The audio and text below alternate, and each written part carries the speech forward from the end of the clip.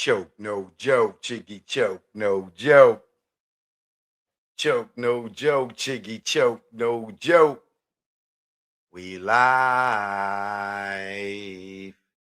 You know what it is. Keep on hating. You know what it is. Choke, no joke, we live. You know what it is. Sorry for the delay. I'm sorry I'm late. I had to go take a number two, and my booty ain't as loose as Ray J's, okay? I still got the strain. I still got the push. I know Ray J that came out and said he could just flu ploosh, flu ploosh into the toilet. I'm sorry. Us heterosexual men, we don't have that luxury. You know what I mean? But y'all know what it is. We here now. You know what I mean? Sorry for the delay. It took a little extra pushing like a woman in labor. The women don't ain't got the openness of Ray J to be like flu ploosh, flu ploosh. You know, joke, no joke. Let's get to the show. Let's go. Joke, no joke. Yeah. It's joke, no joke. Let's go. Joke, no joke. Chicken joke, no joke. Joke, no joke. Niggas joke, no joke. Yeah.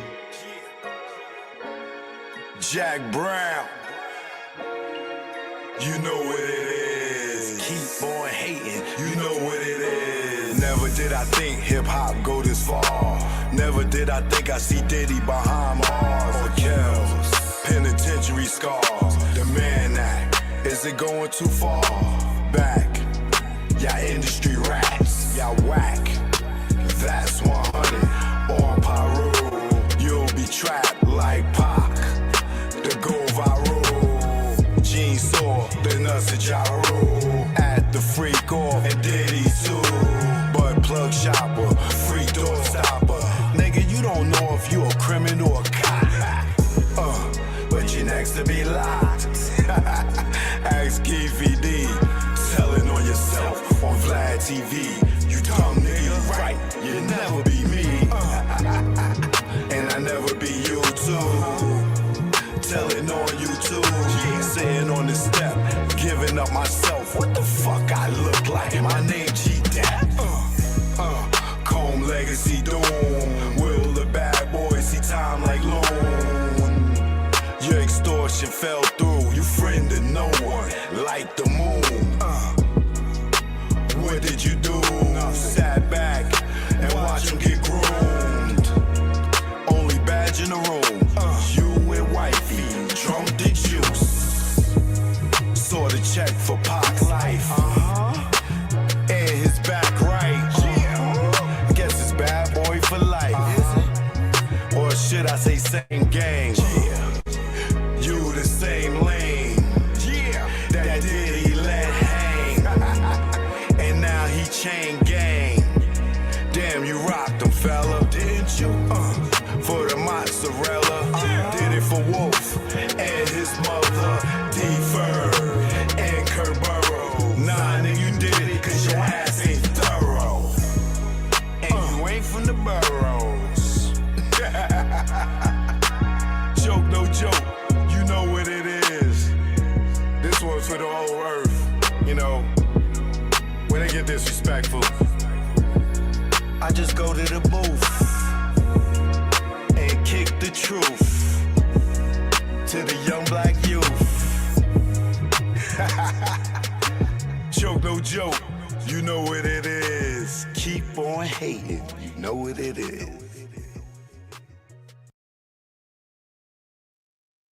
Choke, no joke, Chicky choke, no joke.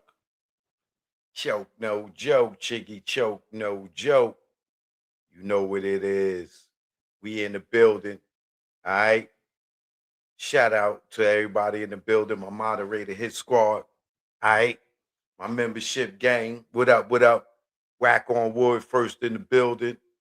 All right. Mike Miggity second in the building.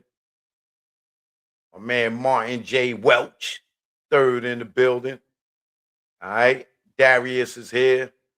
Fatima B is here early. All right. Michelle Frizzy is here. I see y'all. Y'all in the building. Y'all in the building. Being that I was a little late, I'm gonna get jumping straight into it. So today was it was a good day for me and a long day for me. You know, um, I'm not going to give y'all the surprise yet. I'm gonna wait until the release date. But you know, I checked off another box on my bucket list today. You know, as an actor, and I'm proud that I had a dream or a goal in place, and today I was able to fulfill that. With my actor's hat on. You know what I mean? But I don't want to spoil the surprise, so I'll wait till I tell y'all.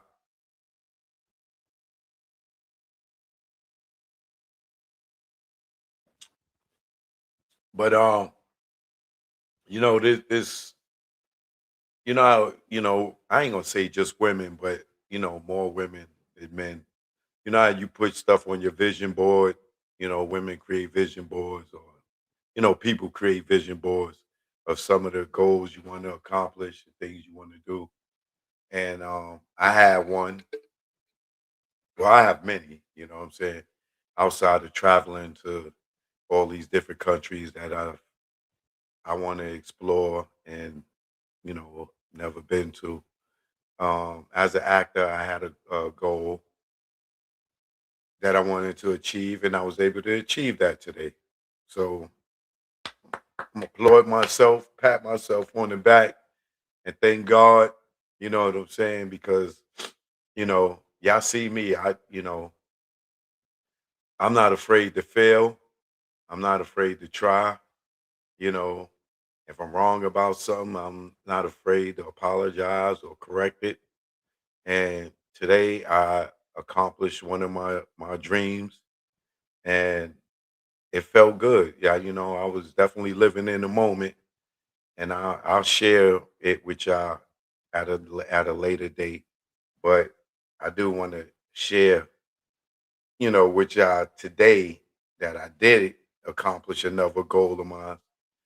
Just like y'all kept saying, "Oh, Choke, you funny, you should do comedy." And I went and got on the stage and did comedy. Shout out to Phase on Love for giving me that opportunity, getting my feet wet. Um, you know, Shout out to Lucky Johnson and Javon Johnson, because I wanted to do plays. I wasn't really inspired to do plays, but I did the Sanctified play and um, the Praying Grandma play, which was a challenge to memorize these roles and having lead roles in them and having to memorize like 90 pages and be ready in less than 2 months and on a live stage in front of people. That took a lot of courage, but I did it and was successful at it. So um I'm feeling, more accomplished. It makes me want to really dig deep back into the acting, which I started coming into the industry. Sometimes you put things on the back burner, because other things become a passion. For me, it was the camera and producing and directing. But I did have and still have a passion for acting. And yeah, so like I said, I don't want to give away too much. I want y'all to be surprised. But, it was a good look with a very known producer, director. It was an honor to, be on set with them and be, shoulder to shoulder with them. And it was a great deal.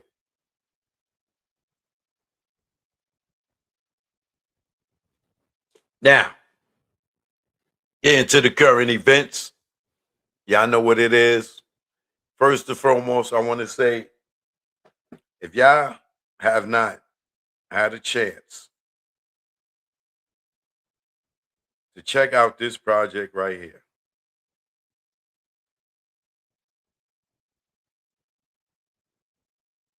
let me show you. If y'all have not had a chance to check out this project right here, you got to go get it. The Nas and the DJ Premier album. Yo. Now, it's two things about the album, right? One, I always say, Nas to me doesn't always pick the best beats, right? Like some people, they pick great beats, like, Rick Ross would be an example. I feel like he got a great ear for picking beats that he wants to spit to. Since, Nas, um, I don't know, I think the production on Illmatic is not a song that didn't really like the track. But like over the years, sometimes Nas pick tracks that my ear isn't really loving.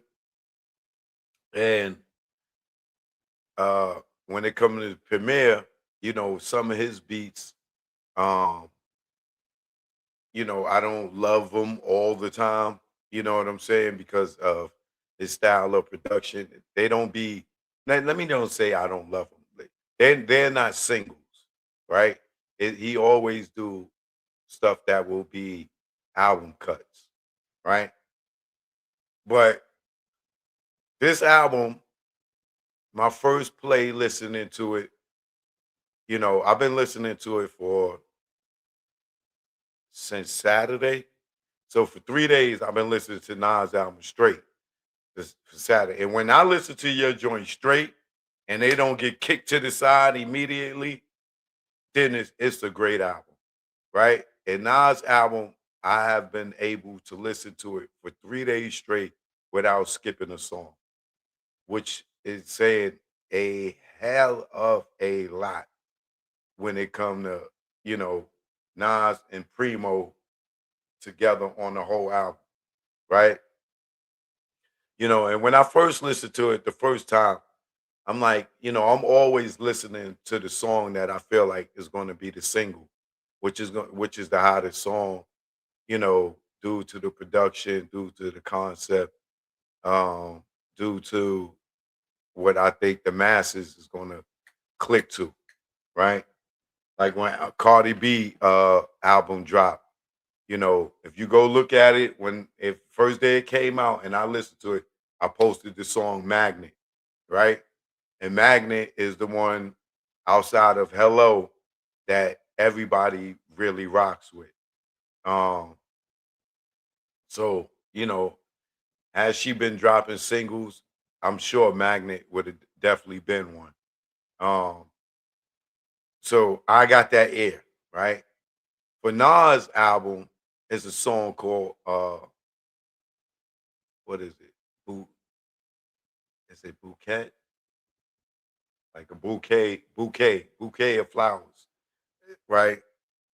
I think that is if there was a single on that album, uh, a bouquet is what I think would probably be the the hottest or the best song to go with a single for a single. Now watch what I say. You're gonna hear everybody playing that one and talking about that one. Bouquet is like it's like a ode to the female rappers. But the track is fire. What Nas is saying is fire. And I fell in love with that song the first time I heard it. Actually, that one I repeated it before I got on to the next song on the first listen. And then, as I've been listening to the album, constantly on repeat, um, I'm waiting for that song. Like, you know what I'm saying? I really like Bouquet, right? Um, I want to take this time, and I know a lot of people may feel a way about what I'm saying, right? But I'm gonna move Nas. Nas always been in my top five, right? But Nas has just moved up into top five dead or alive at number one, right? You know how they say Biggie, Jay Z, or Nas? Nah, it's Nas, Biggie, and possibly Jay Z, right? If you was to say who's the best MC, Biggie, Jay Z, or Nas, that line needs to be scrapped, and it needs to be Nas first, right? I'm gonna right now in my 50 years of hip hop, living it, right? Well, I've been around before hip hop started, so um, but being on this earth, you know,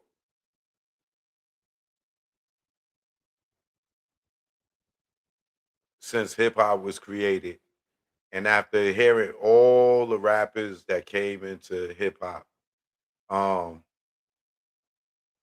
for a long time, I would give LL as being the GOAT, the greatest of all time, right? And LL was still a GOAT, right? But and to me, Biggie is still a GOAT. But I got to take in consideration that Big didn't get a chance to withstand the test of time to see how his career would have been.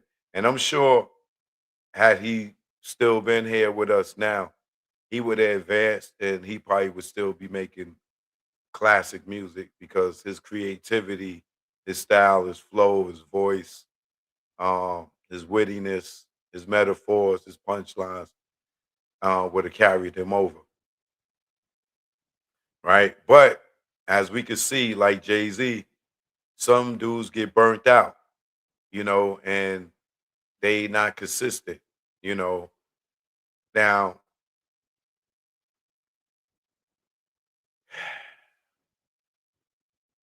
Nas, I'm gonna have to move to the number one greatest of all time. Like, I love LL Cool J, and LL, he started in the '80s. He's still around today. He even dropped a album, I think, last year, if it wasn't earlier this year. But the album that LL put out called Force um, wasn't his greatest body of work. I didn't really like the songs conceptually. I didn't really like the production. It was just it was kind of weird, and I gave it a chance, right? But I will always put LL over Nas because LL started in the '80s and was able to maintain up into the '90s to the 2000s to the 2010s, even up to the 2020s, right? But however,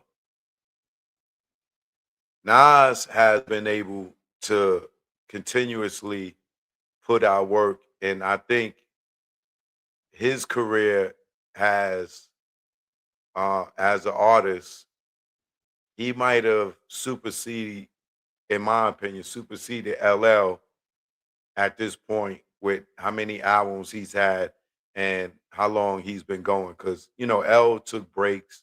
He done movies. He done TV shows, whether in the house, on the movie side, in too deep, um, all types of movies. L's done. So he kind of went off into the movie thing. Nas, he dabbled with the movie thing, but he didn't have a successful career in the movies like LL, right? So they both ventured off into, film and television or whatever, right? Rakim being a GOAT. Nobody still has done what Rakim was able to do, creatively. Uh his intelligence, his able to be witty and spit knowledge without even cursing once. Even as a grown man, he wasn't cursing. Still don't curse to this day in his music. He's still a great to me. I still hold him in high regard. I still hold Slick Rick in high regard from they, early body of work. But Jay-Z, even though uh I criticize Jay-Z for using a lot of Biggie's lyrics and stealing other people's songs and concepts and flows. Jay is still one of the greats. But however, it's almost been 10 years since we got a solo album from Jay. And the 10 years that we haven't got a solo album from Jay, Nas gave us anywhere from maybe 7 to 10 albums since then. Since the pandemic, Nas has given us at least 7 albums and got a Grammy. And I think that he should be nominated for a Grammy for this joint. If the window ain't closed for the 2026 Grammys, he should definitely be nominated for the 2027 for this album. Because I'm telling you, this is a great body of work. And even if you're not uh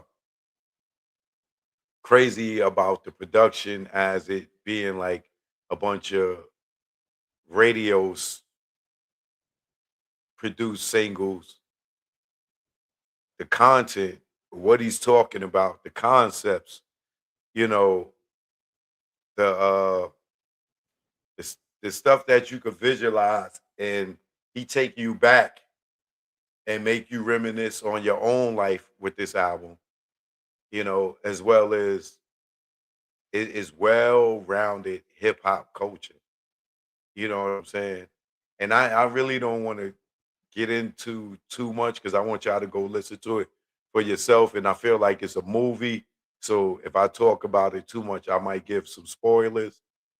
And I don't want to spoil it because it's one of those type of projects that if I tell you too much about it, then you're going to be expecting it when I think that you should go and listen to it and listen to it as you watching a movie and hear it or see it for the first time and stuff, you know. But the bouquet, that song, like it's going to touch you here, especially if you like female MCs.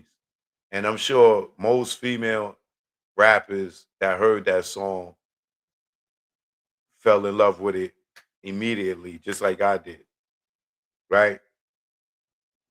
So being that, and then for me, like I always said, people say hip hop is a young man's game. It's not a young man's game.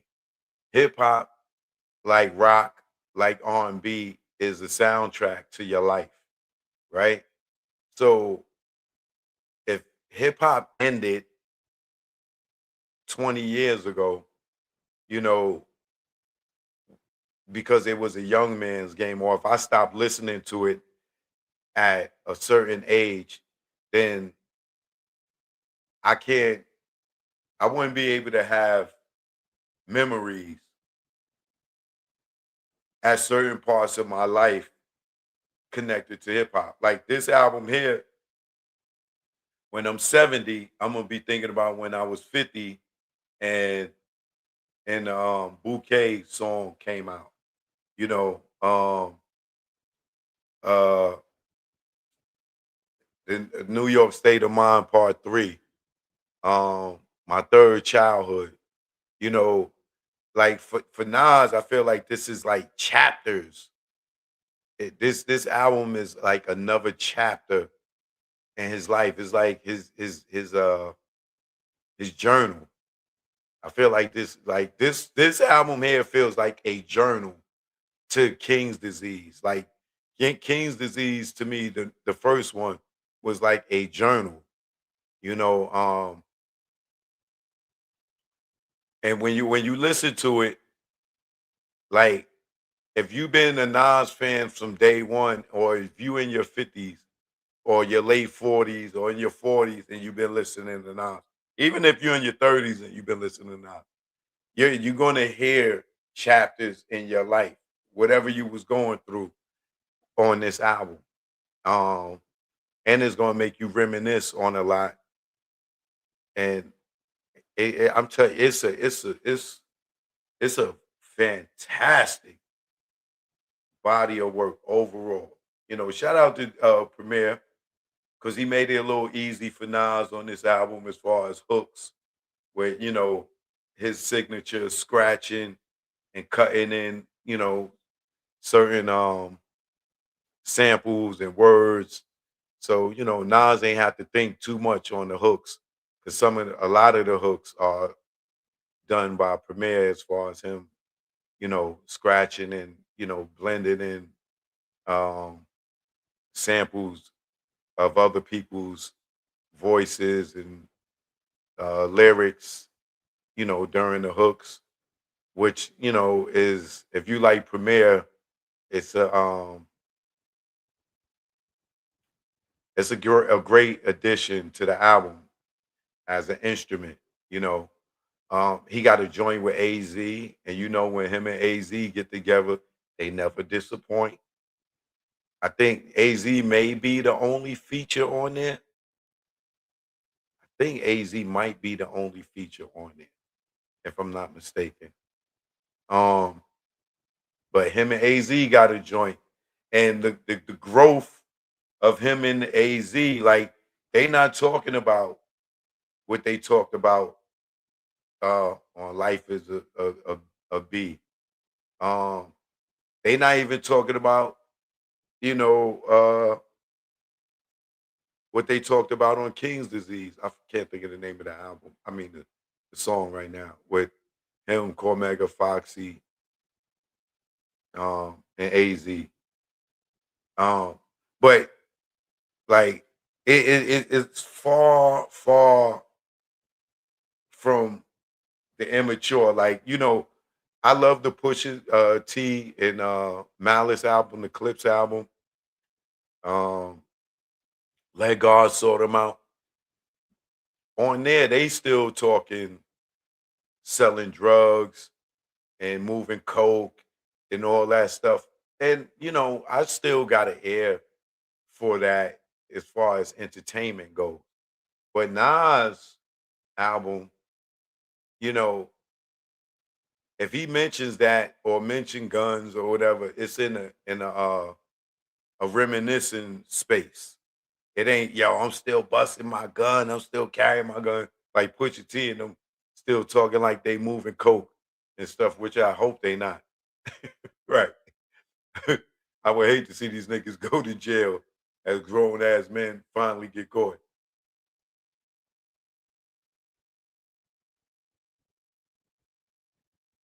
Right. So the other thing about Nas album is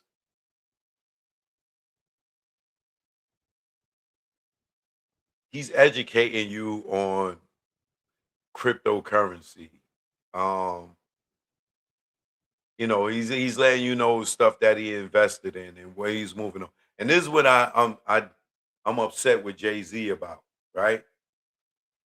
As a fan of Jay-Z the artist. Sean Carter, I'm not a big fan of. But Jay-Z the artist I love, right? And my disappointment in Jay-Z is that he's not doing what Nas is doing, right? Nas Jay has an abundance of knowledge of moving through the industry and doing different things in the industry and seeing different things in the industry that I personally feel like he could share with his music to educate the people that were fans of his or are fans of his, you know, with his growth in the business, right? Because you see so many niggas still topping Jay off. Uh, Jay's a GOAT. Jay, he's a billionaire, this, that, and other. But he's not sharing his jewels anymore via his music as far as how he obtained certain accomplishments in the music industry and how he dodged certain situations. Nas, on the other hand, is doing that. You know what I'm saying? If you listen to his last 5 albums, he did 3 King's Disease, he did 3 Magics. This one is the seventh album, right? In the last 5 years, this is his seventh album, right? You hear the growth in Nas music. You hear him educating you on, the do's and don'ts. You know, you hear him educating you on, relationships. Um, and if he ain't educating you, as in teaching, if you smart enough, you're learning from his mistakes and you're learning from his successes, right? So that's where I got a problem with Jay-Z, right? Because as a fan, you know, even, LL and his music was giving you those same type of jewels that Nas was, right? I just didn't like his overall production and um the song structure, but he was giving some knowledge. And I feel like that's what a lot of us in hip hop need is the people that we look at, we admire, we grow with, share some type of intellect with their audience, because I'm not gonna lie, a lot of us are inspired by the music. A lot of us follow the music. I started smoking weed because of the chronic, right? Many of y'all never smoked weed before the chronic or or Snoop, right? Some of us got our hairs braided because of dudes like Snoop or other rappers that, had cornrows or whatever. Some of y'all got your ears pierced because you seen a rapper with two earrings in their ear. Some of y'all had a threesome for the first time because you seen Biggie in the bed with 2 women, or you seen guys in the music videos with 2 women. So now you want to have 2 women. Um, some of us started using the word nigga and still can't stop using the word nigga because of our influence on hip hop, right? Because of the influence of hip hop. Um, some of y'all went out and bought Jesus pieces because of hip hop. You know what I'm saying? So hairstyles, fashion, some of y'all stopped wearing jerseys because of hip hop. You know what I'm saying? So I feel like a lot of artists that inspired us to do wrong, and I will admit, I'm not going to lie, I've learned, I've watched, I observed, and I've changed my ways in certain situations because I realized at a certain point, um, hip hop culture had become ignorant at one point or at many points, right? Like today, Nas ain't spitting what NBA YoungBoy is spitting. NBA YoungBoy 20 years from now might be like Nas and be educating instead of spitting drill music or nigga music or whatever you want to call it, and got young niggas running around. still wanting to kill and shoot and do drugs, this, that, and the other, right? Today, I don't smoke weed. You know what I'm saying? I outgrew that. You know what I'm saying? I don't have the appetite for that. As you get older, you go from blunts to paper, right? Because you start learning as you get older that the blunts ain't nothing but tobacco and it's filled with cancer. So you want to limit your risk of catching cancer. So you switch over to the papers. But you still got the ignorant niggas still rolling blunts, not realizing that they taking more chances of getting cancer with the blunts. Even though you dumped out all the tobacco, the paper is made out of tobacco. And as you get older, you get intelligent, you start realizing that. So this is why you see dudes get older, they start smoking paper if they want to smoke. And then you learn that when you start smoking it with the paper, the weed tastes better because the blunts are filled with tobacco. So it's like smoking a cigarette with weed, or if you're getting a flavored blunts, it take the flavoring, that artificial flavor, it takes away from the natural taste of the herb and stuff. Right? But when you're young, you want to be cool, you want to crack the blunt and roll it, and you know what I'm saying?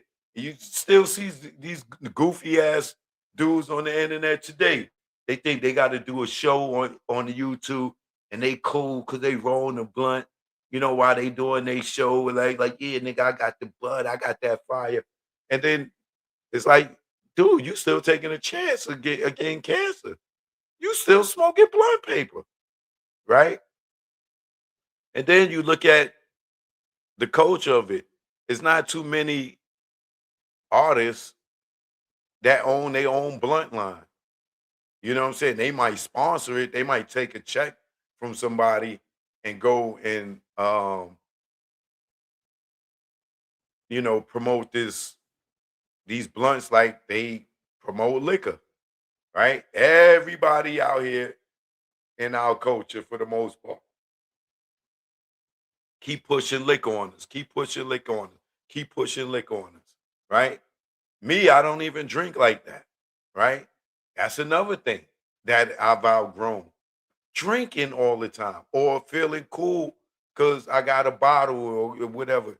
That the culture pushes it on you, and you don't even realize that it's being promoted to you. Then when you look up, this artist is dying from kidney failure or liver failure, you know, and it ain't nothing healthy about drinking liquor.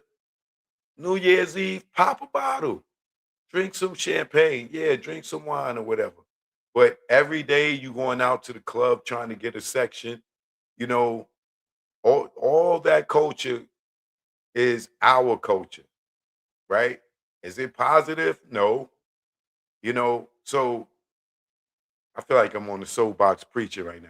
But um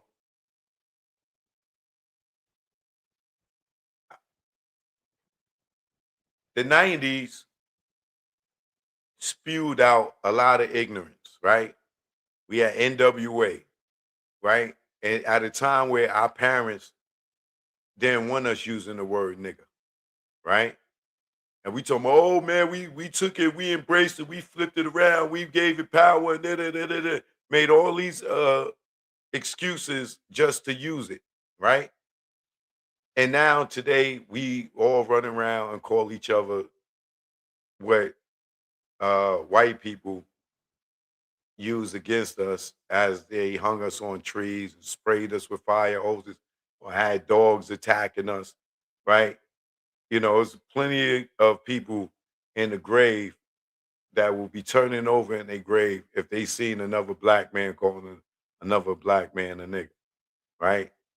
And for me, that's my next stage is to try to lose that from my vocabulary, which is very hard when you've been doing it for 30 years, right?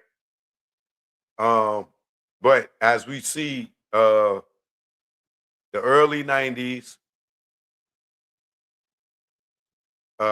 conditioned us to wear our pants under our butt, right? Today, I don't do that. I got on a belt, my pants is at my waist, right? But I will still see like a dude in their 50s, like Ghostface. Sorry, Ghostface, to call you out, but you know, I still see Ghostface, a grown ass man, probably a grandfather, still wearing his pants off his ass. You know what I'm saying? And that's the culture. Even though it may be ignorant in the eyes of others, even myself at this point, I don't want to be seeing no man walking in front of me and his waistline of his pants is under his butt cheeks, and you can see his underwear. You know what I'm saying? Like God gave us a waist for a reason to separate the top from the bottom, right? But it's like telling a person don't use the word nigga. That's what the culture pushed on us, and some of us is stuck in it, right? Um, and I'm making I'm gonna make a valid point for y'all that's intelligent to catch on to what I'm saying here, right? So in the 90s, going like early 90s, right? Going up, right? You know, we pushed crack, right? And tried to justify that. You got Biggie in the song talking about, yo, to the people in front of my building who used to get mad at me, I was just selling crack just to feed my daughter. Nigga, you could have went and got a job. Nigga, you could have rapped and fed your daughter. We was destroying our own community with crack, but we would justify it because it was a means to make money, even though it was wrong, right? Then um, you got the word nigga, you got the pants sagging, right? You got the biggest and dumbest thing that our culture pushed, and I know y'all gonna hate me for saying this, but it's the truth. No snitching. No snitching allowed.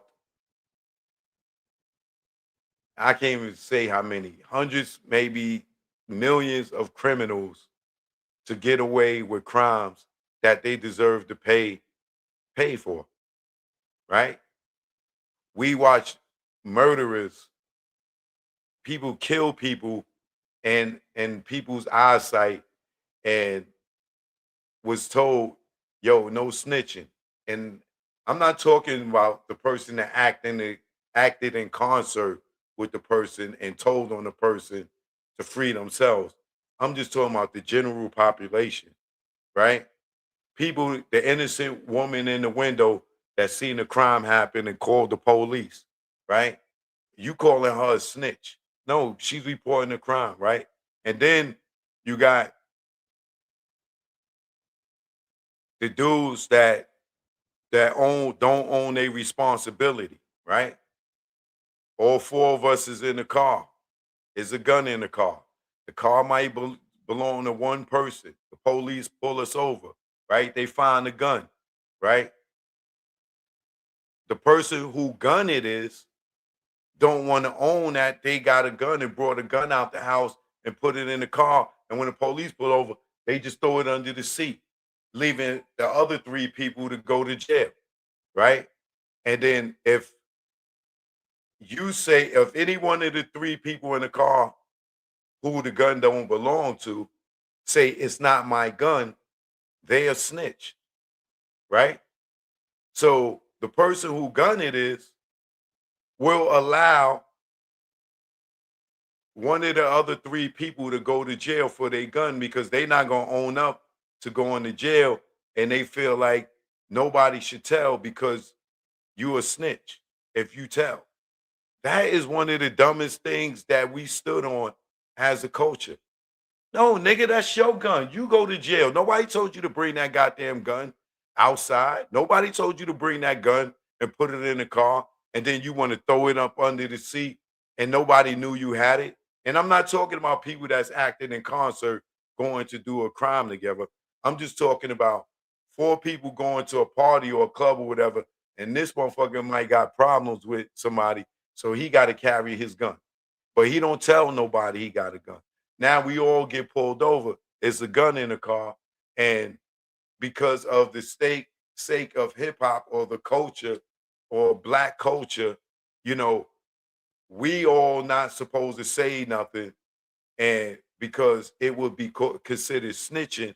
So these other three people who may have a future being a doctor, a fireman, or a police officer now are going to jail, and this person goes free because the cops decided, oh, the guy who owned the car, since nobody wants to take the weight for the gun, whoever owns the car, you go to jail because it's your car. Or they say the gun was under your seat, so you the closest to it, so it's your gun, and it's not your gun, right? You know, or the situation where there's a bunch of people around, somebody shoot and kill somebody, and everybody's standing outside and saw it, and then the police come and nobody saw nothing, right? And then the innocent person get arrested just because he looked like he might be guilty, and he gets arrested and goes to jail. But he's stuck with the stigma of he can't snitch, right? If he snitch, then he's labeled a rat for the rest of his life. But he goes and do 25 years and then is awarded for not telling the truth about about the person who actually did the killing, leaving a murderer amongst the neighborhood and protecting him, right? Protecting him by not snitching, right? Today, as a grown ass man, that is one of the dumbest things in our culture, right? Is to not tell on a person who's responsible for doing something and you had nothing to do with it. You see many of innocent people go to jail because they was keeping it real, and then the person that did the crime don't keep it real by standing up and say, yo, I did it. Yo, I ain't gonna let you go to jail for life, my nigga. I did that. Yo, you know what I'm saying? I'm gonna go to jail. No, nigga gonna let you go to jail. They gonna let you go to jail knowing that they did it and ain't got no regards for you being out here for your kids, your mother, your aunt, your sister, your niece, your nephew, whatever. They know they guilty and will watch you. Police put you in that patrol car handcuffed and not say, "Yo, he didn't do it. I did it." Right? Because they think that you're gonna go to jail and you may beat it because you didn't do it. And come to find out, most people get pressured into taking a plea deal because they scared to go to trial and lose and wind up doing the rest of their life in jail for something that they didn't even do. So that whole culture of you a betrayal or you a snitch or Benedict Arnold or you a rat because you told on the person that was guilty of doing the crime, but the person that was guilty of doing the crime don't step up and free you and don't go and say, hey, I did it. I'm not going to let this person go to jail. If the person go to court and go to trial and blow and found guilty on something that they didn't do, the person that's guilty of it doesn't go, hey, nah, don't give them 25 to life. I did it. No, they're going to let you do the 25 years. And then you are a sucker or you are a rat if you was to tell to free yourself about something you had nothing to do with. They will make you feel guilty about telling the truth and freeing yourself from something you had nothing to do with. That is our culture.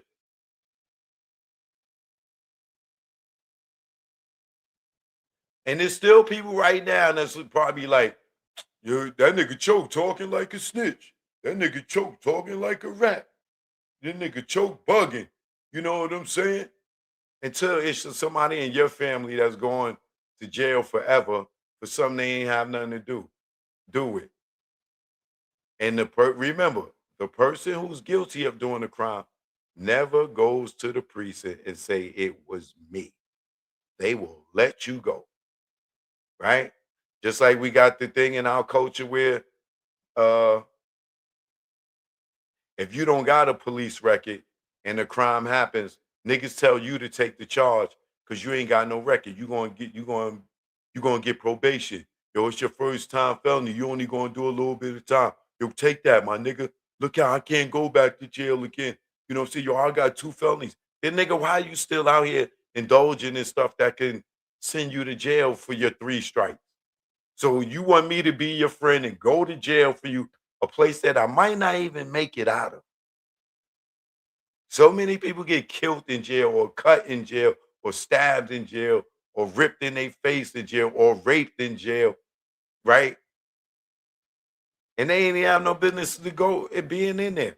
But they did it because the pressure from the hood, the pressure from the culture tells you you're a betrayer if you don't take the rap for one of your friends who may get more time because this is his second or third time being arrested, and you're a good friend if you take the charge.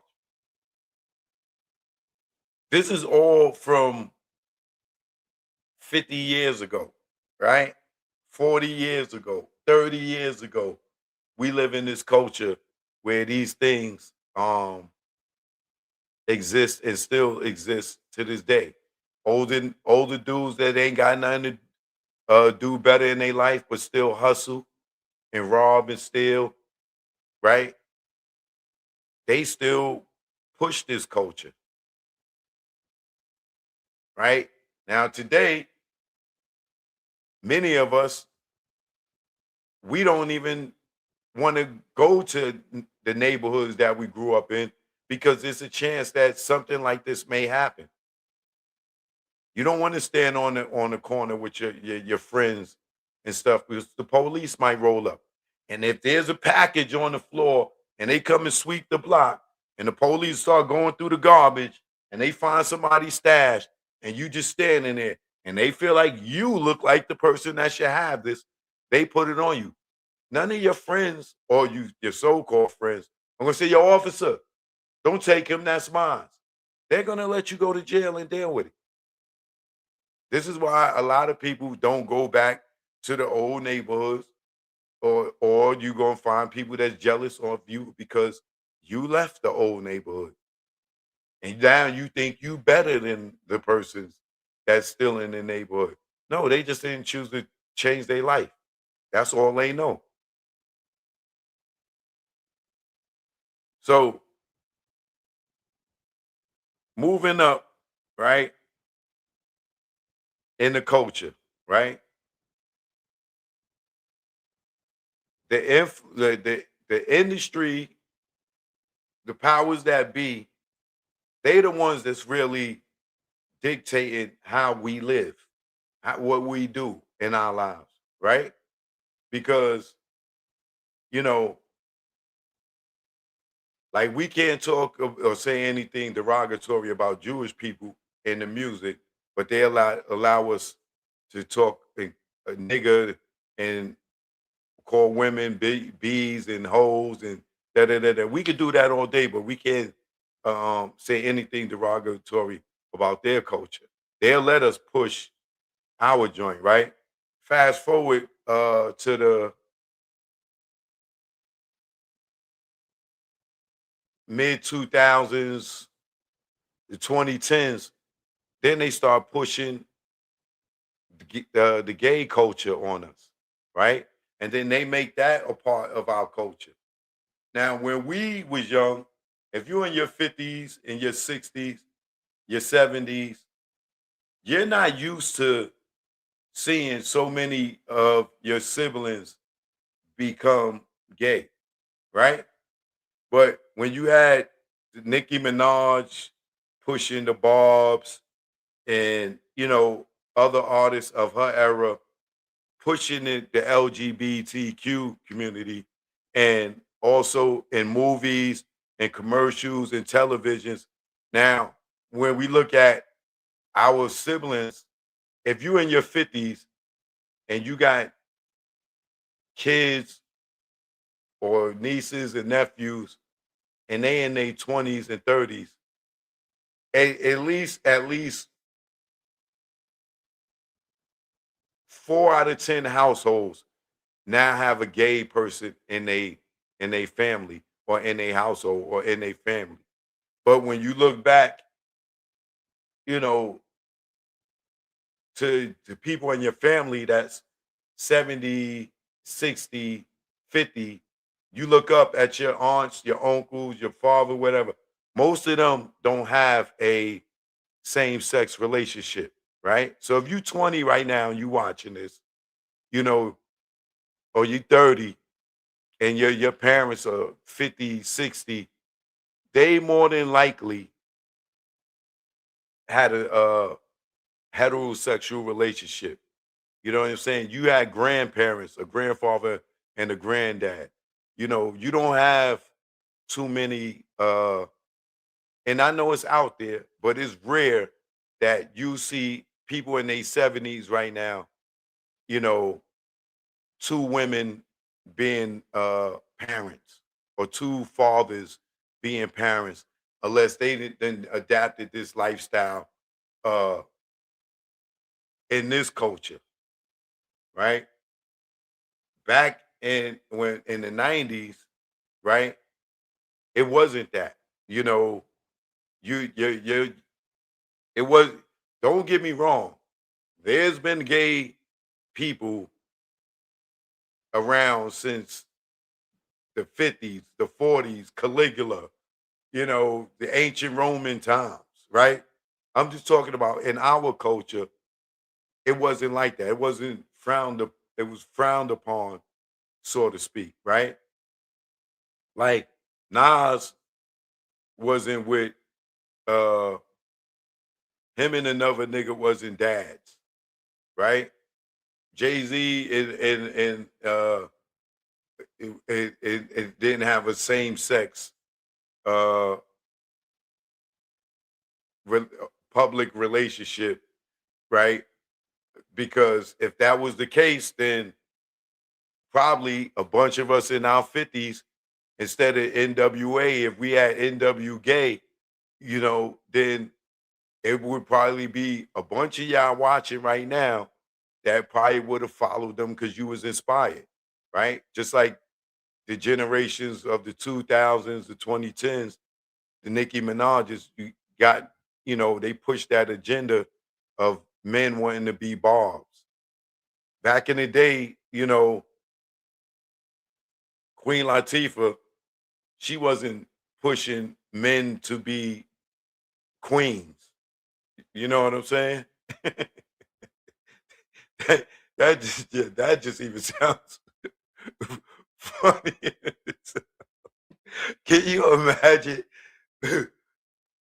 uh, Queen Latifah having queens at similar to Nicki Minaj having Bobs? Can you imagine that in our era, right? Which call it Nicki? I mean, uh, Queen Latifah pushing for men to be feminine and to be queens, and would be calling us queens. Hey, queen, shout out to my queens. Can you imagine that? Right? But somehow or another, that era got ushered in. So as we became ignorant niggas, right, wearing our pants sagging, so on and so forth, the generation that came behind us, most of us, uh, they forced the gay culture on them, right? Along with the drugs. For us, it was weed, right? It was the nigga pants sagging, weed smoking, 40 ounce drinking, right? And then it went into Cristal and all, Hennessy, this, that, and the other. The generation behind us was Percocets, lean, um, all types of pills. I don't even know what these kids get high off of, right? Now hookah, right? And they push that along with with the gay agenda. Now, when you look up, almost every household got kids, before they even puberty or before a girl even getting her menstrual cycle, she talking about she into women, she's gay.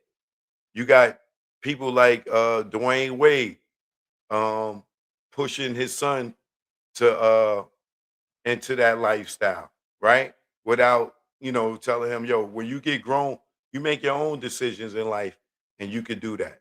But as you can see, it's a generational conscious effort to push an agenda on us, however they want us to be. And it's like mice in the maze. It's like ants on candy. You know what I'm saying? They could just keep promoting this and pushing this, and we'll follow it. And some of us will snap out of it and pull our pants up and tighten our belt. And some of us going to continue walking around with our underwear showing to the point where, as ridiculous as it sounds, you will have young women who feel like they are masculine and they walking with their pants hanging down off their ass and they're a woman. Like I've literally seen women that, maybe they studs or whatever they call them, right? Walking around and they got their pants sagging because of the culture, right? They feel like this is what makes you masculine. This is what makes you a man, to wear your pants hanging off your butt. And you will see women that imitating men walk around, women with their pants hanging off their butt. I know I'm not the only person that's seen this.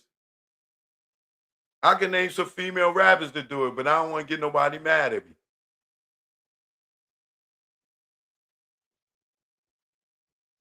So to say all that to say, tying it back to Nas is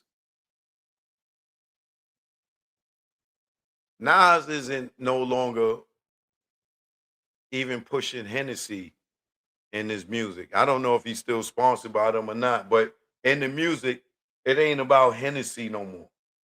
You know what I'm saying? He's not really pushing weed like that. Like, unless he's mentioning, he smoked or whatever, but it's not said in the context of, yo, you cool if you smoke weed, or you cool if you drink Hennessy, you know, or you cool if your pants is sagging, you know. He's more on, yo, invest in crypto. Uh, do this, do that, do this, do that. I've been doing this, I've been doing that. I took losses doing this, doing that. I pulled my pants up, and I'm not saying that Nas said this in his music, but metaphorically speaking, this is what Nas saying. Yo, I pull my pants up, I tighten my belt, I put down the blunts, I put down the Hennessy. You know, I don't walk around with wires of cash no more. I invested in crypto and Bitcoin and this like this. There's other ways of getting money. But at the same time, he's still being Nas, right? Just like he had a song for the daughters. Now he got a son on this album. I mean, a song on this album about his sons. About the same way he had the song about daughters, he got a song about sons because he got a son. You don't see this nigga's son all over the place, right? You might see Nas' son and not even know that's Nas' son because he not exploiting him like a Will Smith would do a Jaden, right? And it ain't nothing for Nas to have his son on TV shows or be a rapper or actor or have him being a model and using his connects to uh, help his son be successful in entertainment. Some of us don't want to our children to be in this cesspool of entertainment. I know I didn't. I was not encouraging that, and I was not helping that. Live, you don't want to be in this business. You know, it is a demonic, evil thing, and if you not strong minded and you a follower, somebody will be pushing coke on you. You'll be a cokehead. You'll be a Molly head. You'll be an ecstasy head. You'll be a syrup sipper. You know what I'm saying? You know, you might be tatted all up. That's another one that they did. Influence the tattoos, right? Me to this day, I've never been a follower. I don't have one tattoo. One. And I seen people get gangs of tattoos, and then 20 years later, 30 years later, they got them removed, right? Why? Because they was influenced by the culture to get these tattoos. Me, I never followed people. I'm not getting no tattoo. Like, for what? Because everybody else is doing it, right? And then you, especially the people with the face tattoos, you're gonna get nigga go get a tatted tear, which symbolize that they killed somebody. Why would you get a tatted tear on your face if you never killed nobody? To look like a killer? Like our culture has birthed a lot of ignorance. And I just say all that to say that, I appreciate you, Nas, for showing growth, right? And still be able to entertain and still be on top of your game lyrically. His flows is even better than ever. You know what I'm saying?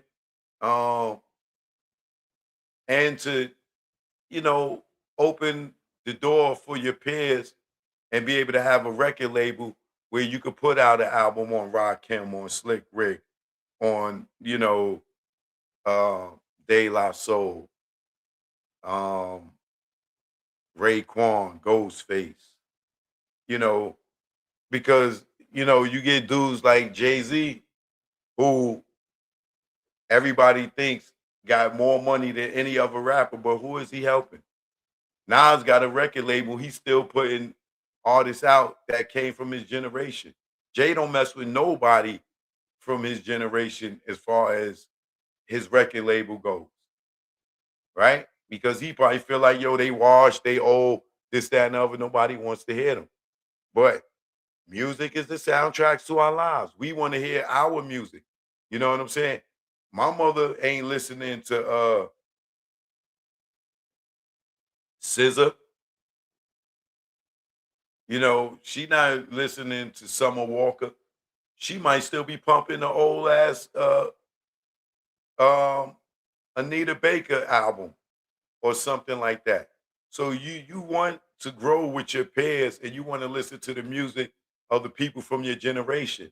And if they quit, like Jay-Z, and you followed him up into this, 2017 is the last album, 444, where I felt that was a great album. I felt like he showed some growth. He changed up a little bit. He had some knowledge to give. You know what I'm saying? Um, and had he continued like a Nas, because I'm sure he got plenty to say, but I think Jay is more scared of album sales. He don't want to come out and catch a brick. He don't want to come out and can't say that he didn't go platinum. He don't want to mess up his legacy of his catalog by having all multi-platinum or platinum albums because he come out today and he only sell 5,000 records. His ego won't allow him to be like, oh, the nigga Jay fell off. I don't even think Nas is doing music uh thinking about record sales. We know they robbing us. We know that streaming is robbing us, right? Because now we got worldwide distribution at a push of a button. You know, Nas should be selling 100 million records, being that if a person could just go on iTunes just like that and click and buy the album, and they in Germany, they in Africa, they in Ireland, they in Switzerland, they in London, they in America, they in wherever they at, it should still be 9.99. 9.99. These people is taking our 9.99 and trying to give us a penny for it because it's easy because of the easier way to distribute the music now, right? But if you go on, Amazon or one of these joints and you buy a movie, you could still be paying $10, $12. But when it comes to or you buy a book, you could still be paying $9. But then they got these joints where you could stream the book or and read it for a penny or a dollar. You know what I'm saying? Which ain't fair. You know what I'm saying? But it should still be 9.99 if you push that button. Only thing difference is the labels ain't pressing up no CDs, no vinyl, no cassettes. So we should be eating way more now than ever. Because if you could just press the button and get the album, you still should be paying 9.99 for the goddamn album. But they found a way to screw us over. So let me get off my soapbox. Um,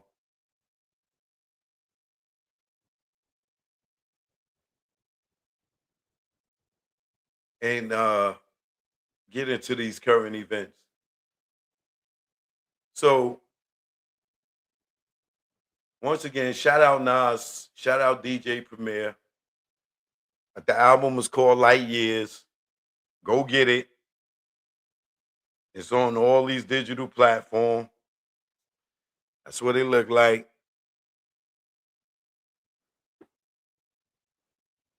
And it's definitely worth your time. And it is definitely another Nas classic. It's dope, right?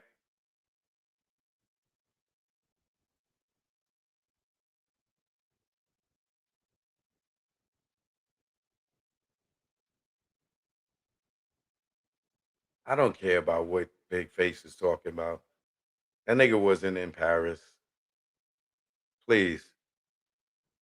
He all he doing is sucking Dame's culo. Let him just keep sucking Dame's culo.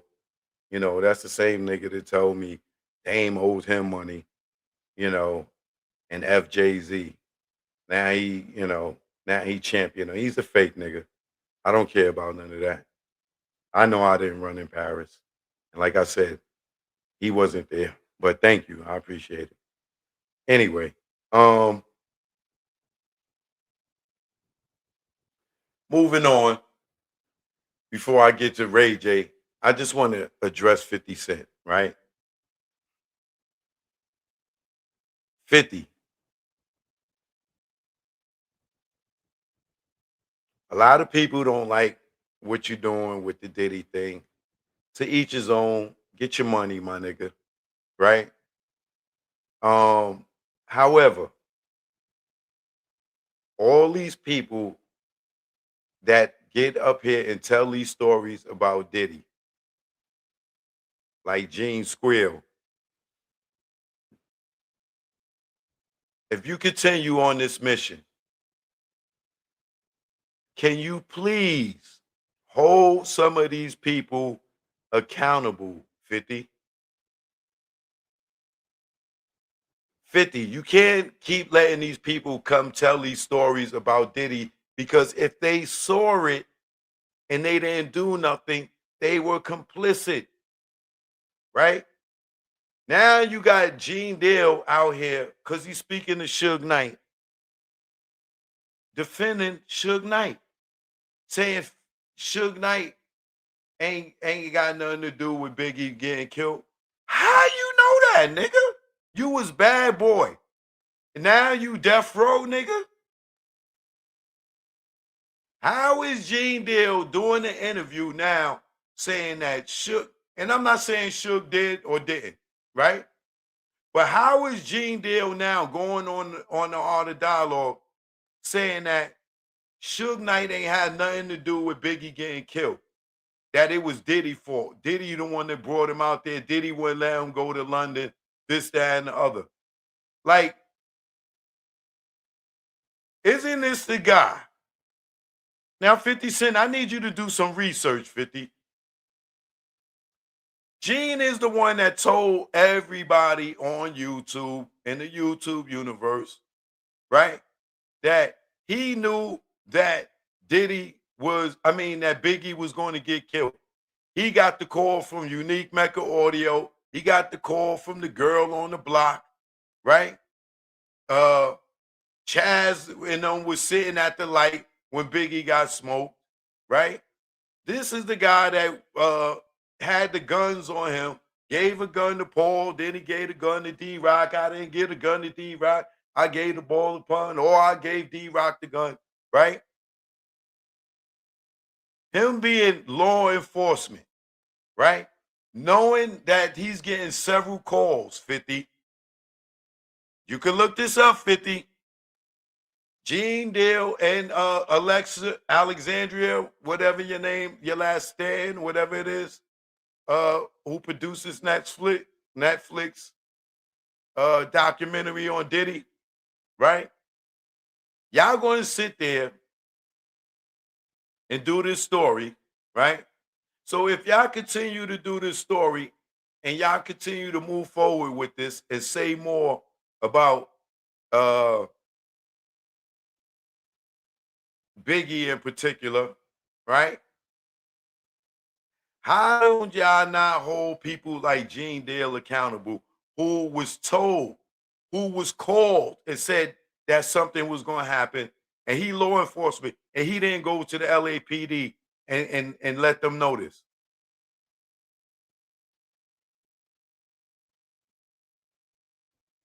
$50, do you know that this dude gave D-Rock a gun and then took it back when they was leaving?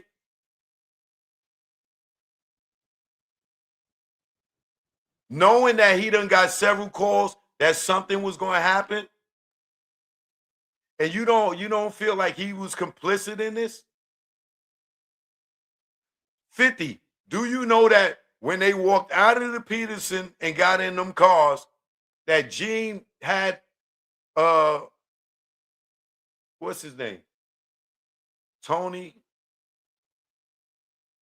Kenny. Had Kenny run the light and didn't tell Big and didn't tell Paul or the other car? Didn't tell G Money that they was going to run the light? Kenny, run the next 3 lights, Kenny. Now he's sitting around saying Suge is innocent after Reggie Wright Jr. went on Vlad TV and told Vlad that Suge was the one that got Biggie hit, allegedly, right? But if a dude that was Suge Knight's #1 man, Reggie Wright Jr., can go on Vlad, right? If he could go on Vlad and blame Suge, how was Gene, who was working for Bad Boy, going on the internet this week and saying Suge had nothing to do with Biggie getting killed? That nigga just met Suge this year. He just started talking to Suge this year, right? And Suge got him convinced that, and I'm not saying he did or he did have anything to do with it, But for Gene Deal to go on record and say that he know that Suge ain't had nothing to do with it, and it was Diddy's fault, it shows you that nigga Suge talk game is on 100, my nigga. I tell you, nigga had me, goddamn it. But outside of that, you telling me Gene Deal can go on record and honestly say that Suge had nothing to do with Biggie being killed when his own people, LAPD, Greg Caden, tell us this whole Poochie story, Teresa Swan, Tammy Hawkins, whatever her goddamn name is. Reggie Wright Jr. sat there and said this and co-signed this. And Gene is telling Reggie,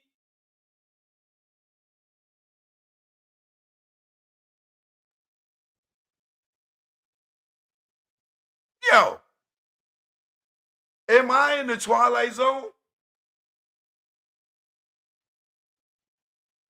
Gene hates Diddy so much. For whatever, I'm starting to think he allegedly bonked that nigga. That nigga Gene is acting like a scorned woman. Like Diddy made him take that, allegedly.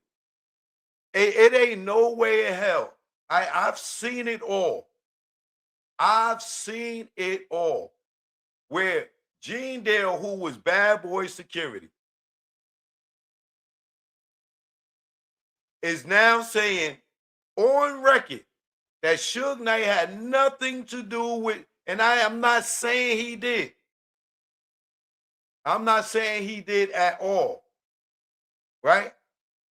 But how would Gene know if Suge had anything to do with Biggie's murder?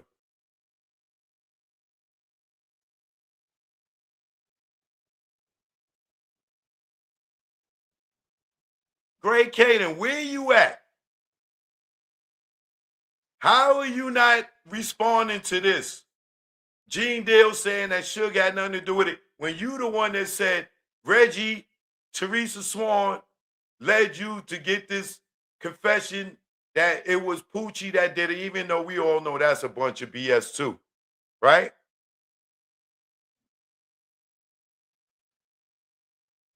That nigga Gene is such a bitch that he done got down on his goddamn knees and sloppy top Suge Knight and is out here on record, on video in the interview this week saying that it was Diddy's fault that Big got killed and Suge had nothing to do with it. And I'm not saying Suge did, but how would Gene know that?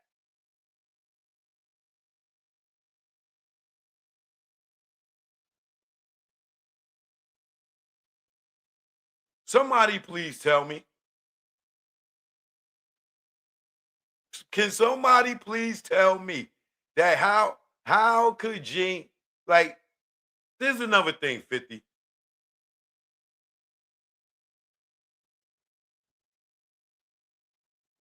You got Gene who say that he knew about the drinks getting spiked, right? The dude told him, yo, don't drink the juice because, they put the roofies in the juice. This is what he said, right?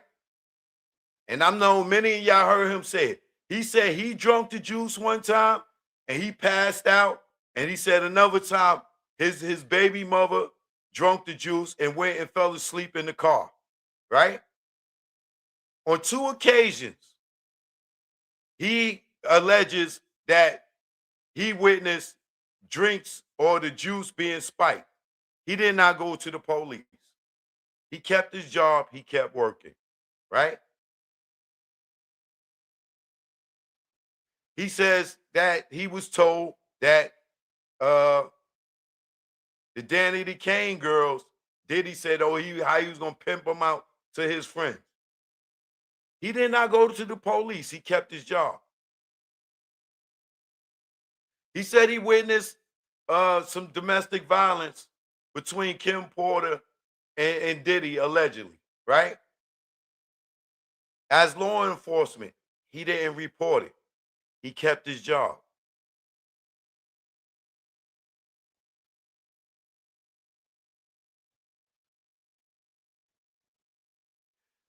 So my question to people like 50 and all these people that want to do these docs, like, how are y'all letting these people come up there and tell y'all these stories and not see that they was complicit in anything that was going on?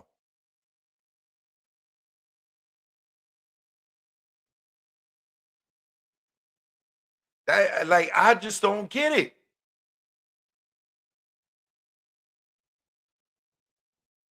I just don't get it. How do they get away with this?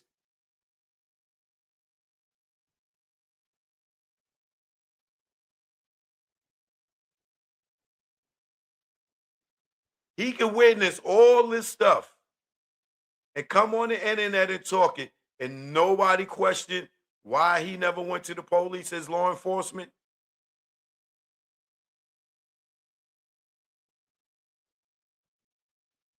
And now he's an advocator.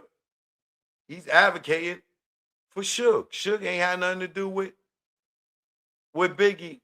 When Reggie Wright Jr. is the one that went on Vlad and the one that's in Murder Rap telling this whole Poochie story. And you telling me Gene Dale knows more than Reggie Wright Jr.?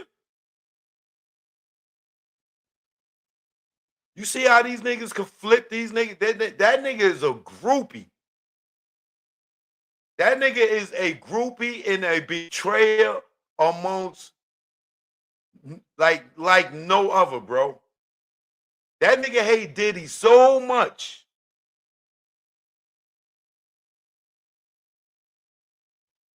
that he went and teamed up with Suge Knight and came up with this Corey Edwards stuff, right? Or Corey Jacobs stuff, pardon me. A nigga that this Suge don't even know.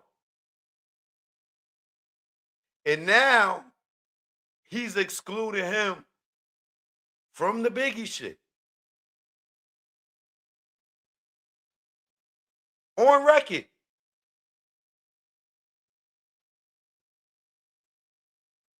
If I'm Little C's, if I'm Little Kim, if I'm D-Rock, if I'm anybody in Junior Mafia, if I'm Faith, if I'm CJ,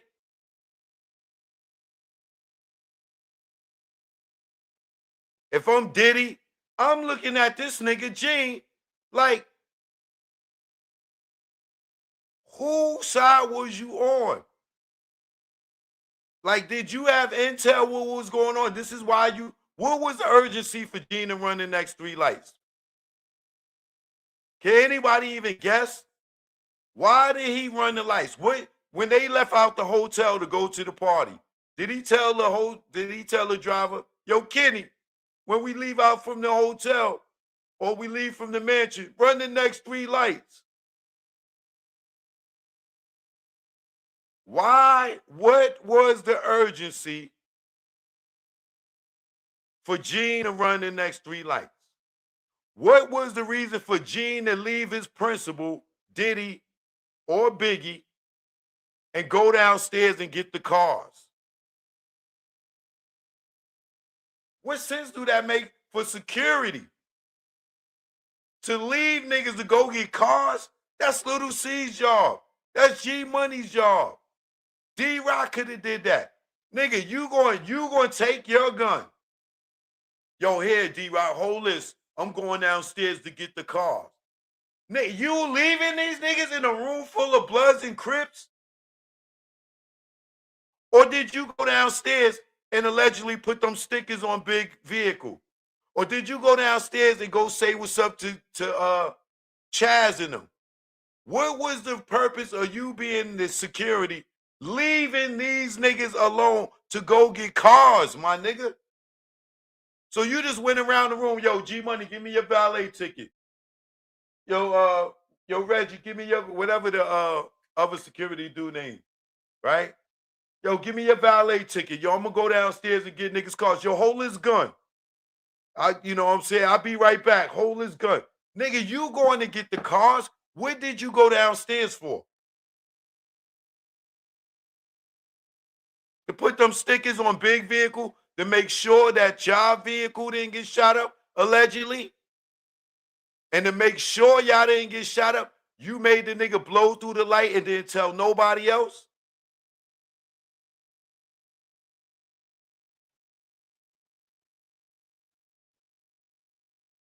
What was the urgency for Gene to run the next 50? Next time y'all niggas do a documentary and y'all get Gene on there, ask Gene Deal what was the urgency for him to run the 3 lights? What made him say, yo, when we pull out, run the next 3 lights and not tell nobody else? What did he know that nobody else know that we all know now that Big was going to get smoked at that light?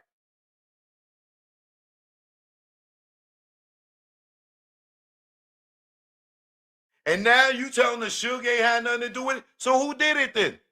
Since you know that Chaz and them was sitting there watching, you revealed that after Chaz died.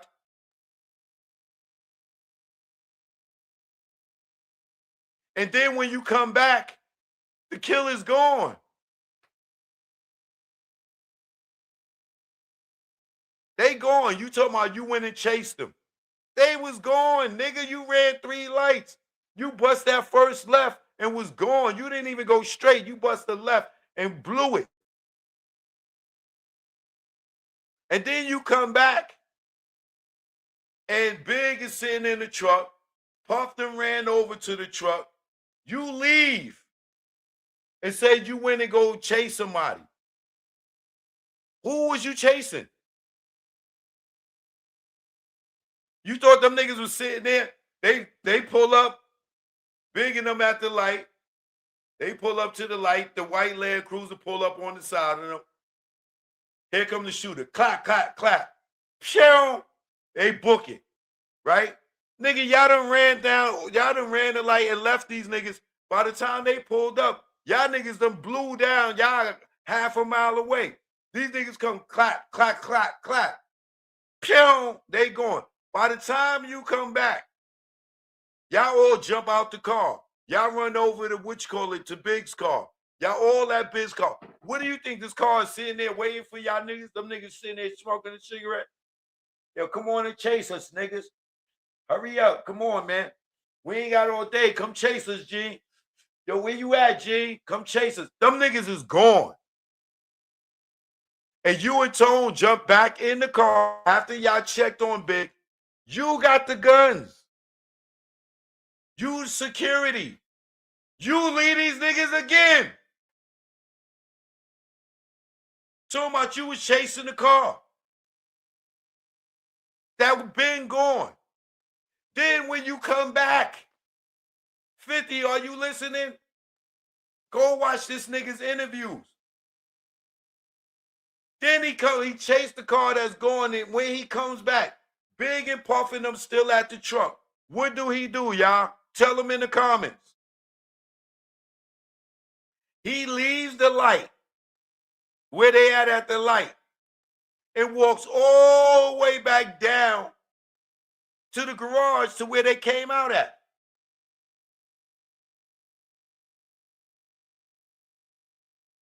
Talking about he was sitting in there chilling on the pillow.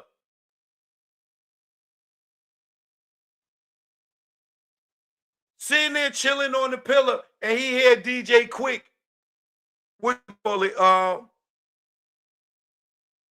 Talking about, yeah, they said they was gonna get them niggas. Right? So now Big is still sitting there. Puff is still sitting there at the car. Gene, the only nigga with guns. Let him tell it. I'm the only nigga with guns. Right? You done ran the light. Big got shot. They come back. Him, Puffy, you and him, Gene and Puffy Jump out the car, they go check on Big. Tone, come on, Tone. They go and jump in the car. They leave the scene. Nigga, what if these niggas would have doubled back on the block and finished Puffing Big and them right there? Or whoever else was there. You leave to go, who you chasing, nigga? You ain't got no patrol car.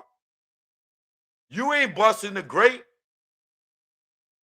You ain't shooting at nothing. Where you going? You ain't even licensed to even carry out there.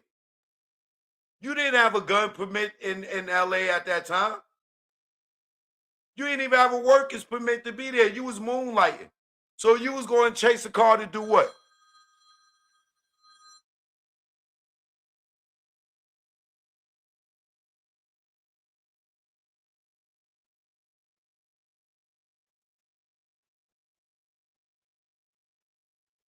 You was chasing a car to do what? Pull it over and arrest somebody? You're not a cop. Then you come back. Biggie and Puffin them still right there. Biggie shot, bleeding out. And you go walk all the way back down. Do y'all know how far that corner is? From when they pull out and drive all the way up to the corner and the shooting happened? He goes all the way back down to the garage. And said, I'm chilling on a pillar, listening to DJ Quick and them talk.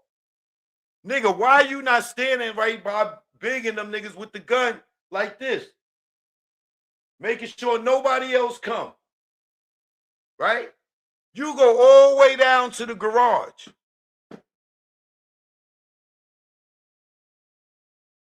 Now, I know I'm not no detective. And I know I'm not a federal officer.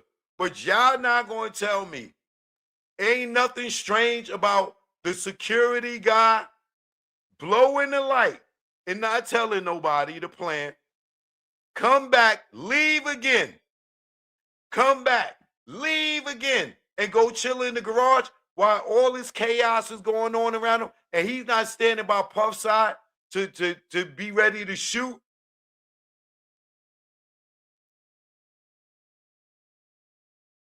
And then Paul got to come and get Gene. Yo, Gene, what are you doing? We got to get out of here. And then they go back and get in the car, and then they drive to the hospital. And then the hospital right around the corner, and these niggas driving everywhere but where the goddamn, they was better off staying right there waiting for the ambulance.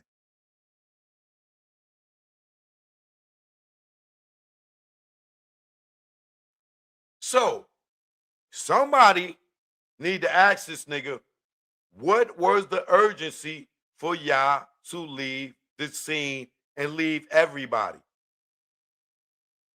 And now you're sitting there saying Suge had nothing to do with it. And once again, I'm not saying Suge did. But how does Gene Deal, who was Bad Boy, now sit there and defend Death Row and say that Suge had nothing to do with it? What?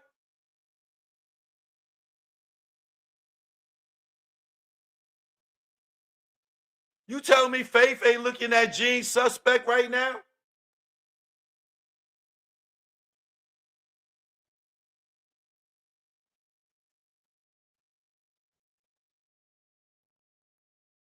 I've been proposing this goddamn question for damn near 2 years now. What was the urgency? What made you run the lights? Why did you feel the need to run the lights? After y'all left the hospital, did you say, yo, Kenny, run the next 3 lights, Kenny, from the hospital? No. When y'all was at the basketball game, did you tell a nigga to run the 3 lights? No. When y'all left to go to the party, did you tell a nigga to run 3 lights? No. So what made Gene Dale feel the urgency leaving out of the Peterson Museum to leave niggas and not tell niggas that's following him what the plan was?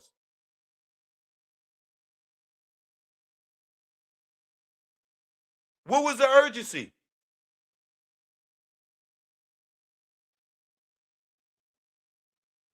And now today he's saying he's defending Death Row. Psh. Man. I would never trust that nigga. That nigga could be my brother, and I would not trust that nigga. That nigga got so much hatred in his life for Diddy that he's sitting here uh teaming up with uh Puff Ops and trying to create a narrative to try to keep Puff in jail.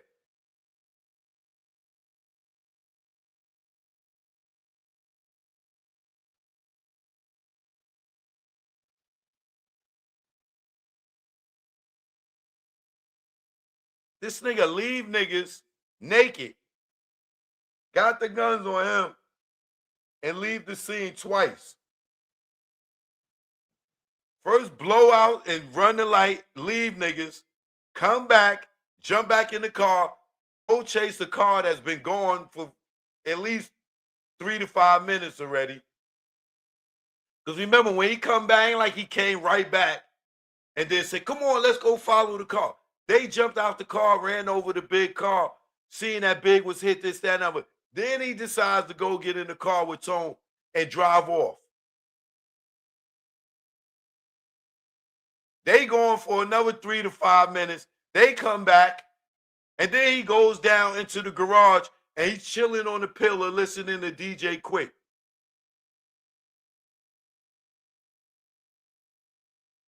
And he's down in there for another 3 to 5 minutes. Right? It take him at least 3 minutes to walk back to the goddamn entrance of the other goddamn museum.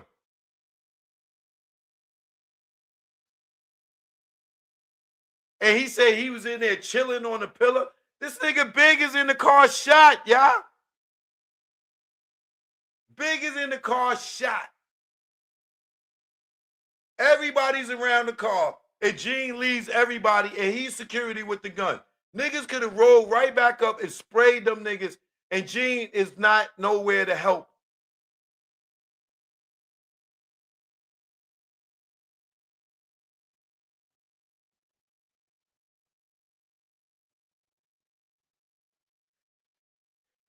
So 50, if y'all plan on doing another part and y'all putting this on Biggie on Puff, at what point do y'all say that Gene Deal was complicit in this whole thing?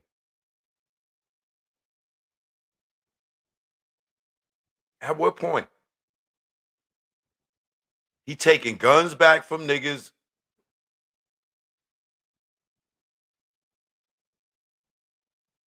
He's running lights, leaving niggas without telling the plan.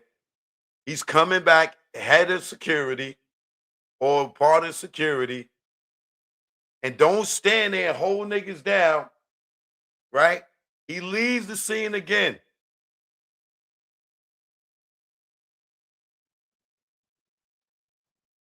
Comes back and leaves the scene again and go in the garage. And now he get on the internet this week talking about Suge ain't had nothing to do with it. It was Diddy's fault.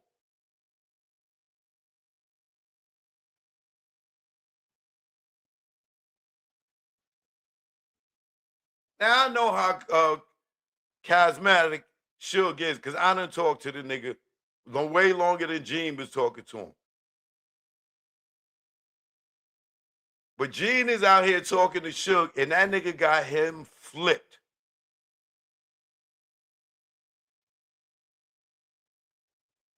When Suge own head of security turns rat and working with the LAPD, Greg Caden, and gives up Suge and gives up Keefe D, you telling me that Gene Deal knows more than Reggie Wright Jr.?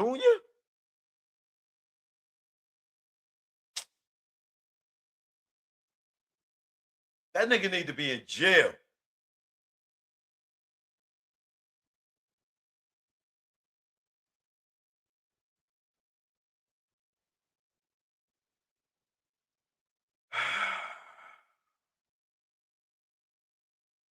That nigga need to be in jail, man. all the stuff that he keeps saying he witnessed, all the stuff that he said that happened, and he up here telling all these stories, and not once did he go to the police for anything. Not for anything.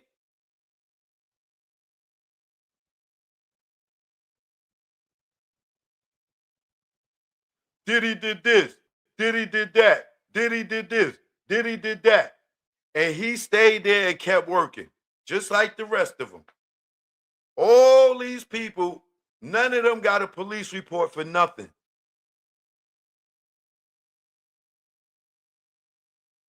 But Diddy was such a horrible person that they kept working. They kept singing. They kept dancing. They kept doing. Did he do a Bad Boy reunion? They show up. Did he get awards? They show up. Did he go to jail? They leave like roaches when the lights cut on. And they come out here and they're getting these monies off of these interviews. But this nigga here is the worst of them all. Now he's Suge Knight's best friend. Now he's excluding Suge Knight from anything. And I'm not saying Suge did anything. But this nigga is saying he knows Suge ain't had nothing to do with nothing. Like, he's contradicting Reggie Wright Jr. and Greg Kading. Like, I would love to see what Greg Kading got to say about this. Maybe Greg Kading could tell us why Gene ran the 3 lights and why he left the scene and why he went to the garage.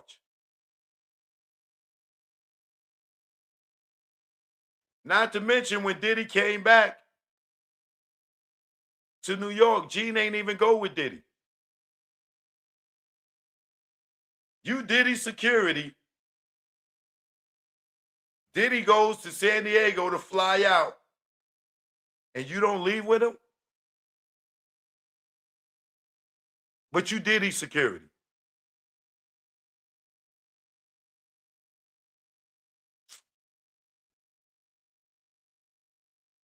Yo, man. I'm forever going to scratch my head on that one. I'm going to forever scratch my head on that one. Kenny running next 3 lights. Why, Gene? What are we running the lights for, G? Kenny just running next 3 lights, so let me drive. Because he knew the hit was coming.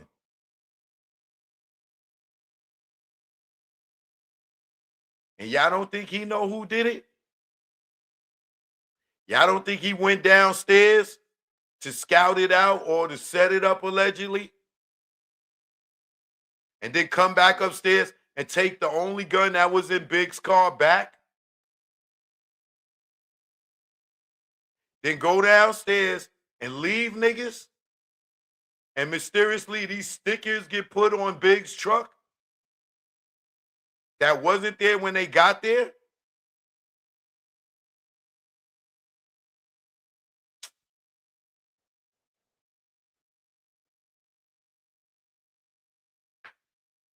Okay. Okay. Maybe he'll tell you the truth, 50. Make sure you ask him. Cause you definitely you out here pushing the narrative. Can you just please find out those questions if y'all decide? And all y'all gotta do is feed that nigga cheese. Throw some money at him. He'll put his hands on his knees and start bucking his fat butt. Make him twerk. Just give him some money. Feed him cheese until his doodle start making sense. Feed him dollars until his doodle start making sense. He'll talk. All you gotta do is put a dollar in that nigga mouth. That nigga's like that little black minstrel show piggy bank. You just put the money in his mouth. Nigga just start talking.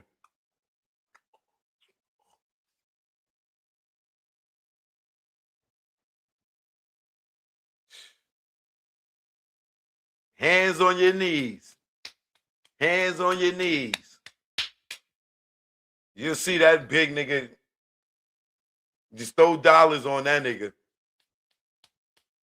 I don't do interviews unless I'm getting paid. They don't want to pay me. I ain't going to talk. I ain't going to do nothing. Hands on your knees. Here, ho. Here, ho. That nigga Art of Dialogue, he like the strip club nigga. He just make it rain on Gene. Talk, bitch. That nigga Art of Dialogue, he got the money gun. He just be like, talk, ho. Talk, ho. Talk, ho. That nigga get up there and be telling the same stories over and over. Go ahead, ho. Go ahead, ho. That nigga be, go ahead, ho. Yeah, ho. Keep talking, ho. Ho ass nigga. He just be throwing money on that nigga. And that nigga just keep running his mouth. Ho ass nigga. I saw the check, for Pac's life. I ain't see the check. I never said that. I said that. Talk, ho. Go ahead, ho. Talk. Hands on your knees. Hands on your knees. Big ass nigga with a thong on.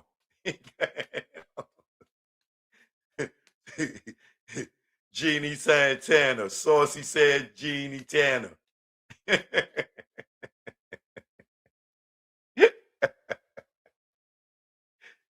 That nigga need a purse and some lipstick. Hands on your knees, ho. That nigga do any bands to make him dance. Bands to make him dance. Bands to make him talk. Bands to make him talk. Drop it like it's hot, ho.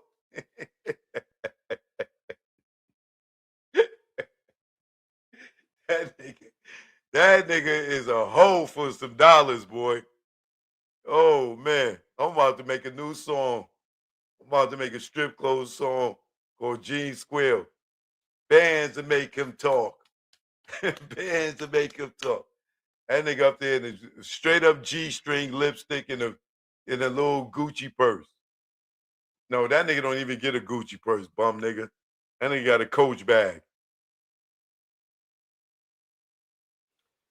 All right, let me move on to Ray J, man. Ray J, I don't know if he's officially coming out the closet with this statement, but a few months ago, he been going back and forth with Suge. Suge was saying that him and Diddy was lovers, allegedly, right?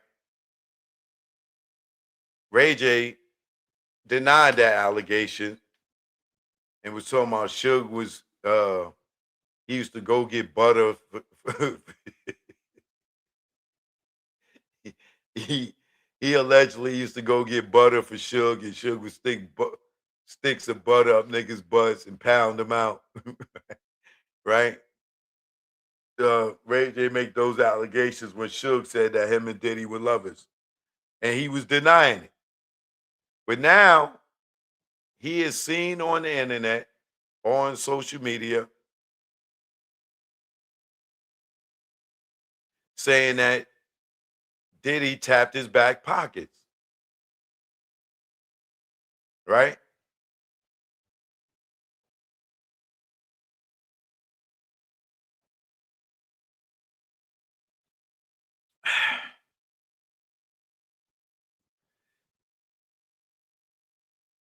Now, I seen Ray J telling this story a few days ago. Um, who was he talking about? I can't remember who he was talking about, right? But he was talking about somebody, and whoever he was talking about the aftermath of them having anal sex and how uh what happens after you have anal sex, right? And when I'm sitting there listening to it, I'm like, Ray J sound like that's his experience. Who the hell was he talking about?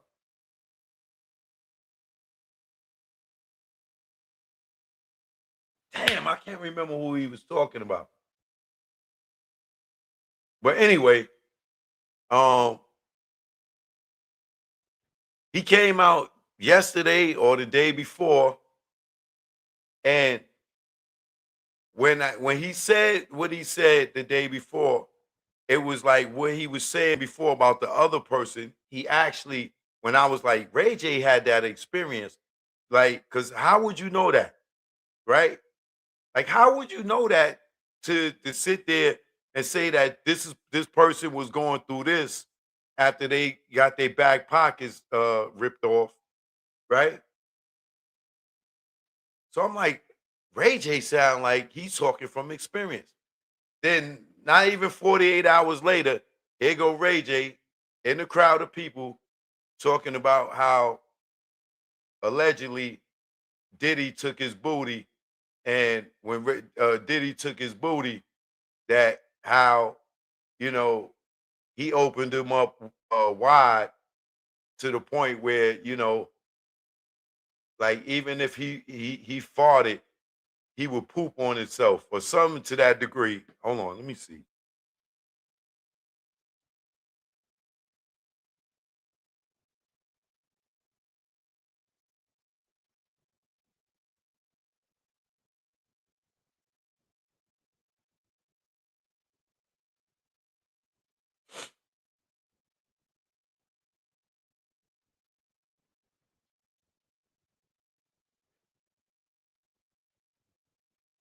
He said,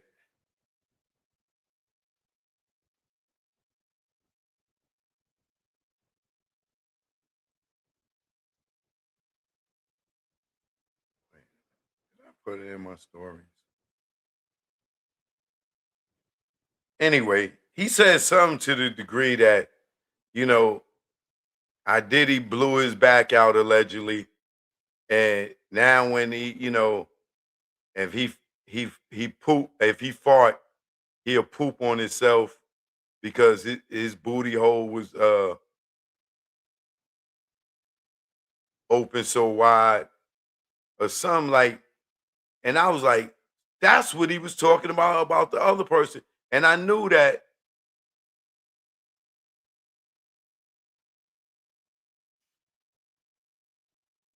he was talking from experience.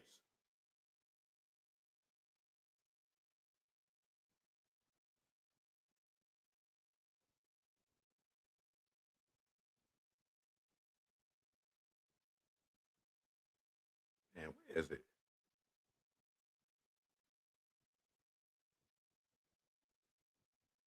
Let me check my stories.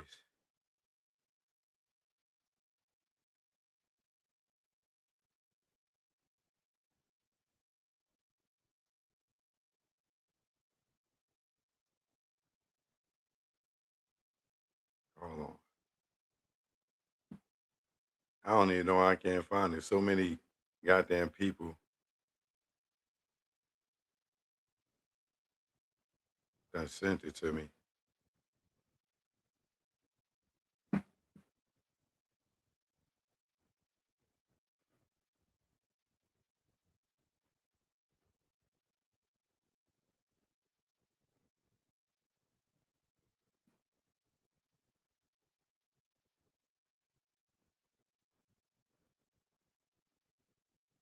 Wait, you know what? Oh, there you go. I got it. Here we go.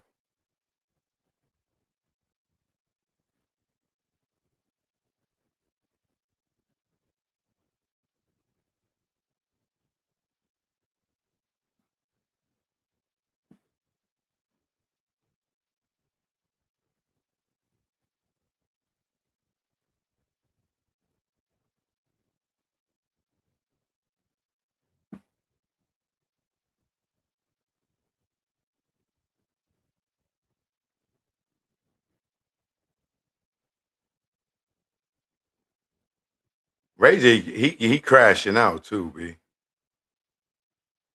Here you go.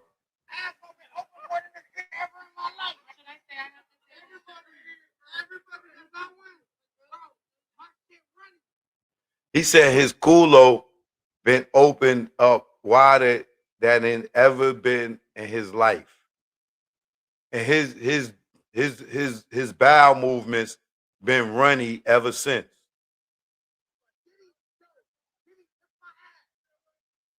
And Diddy took his culo.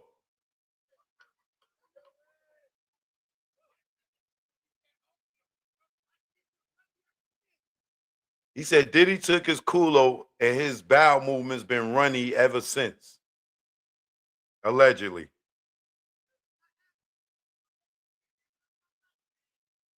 He said his culo been open more than it's ever been in his life.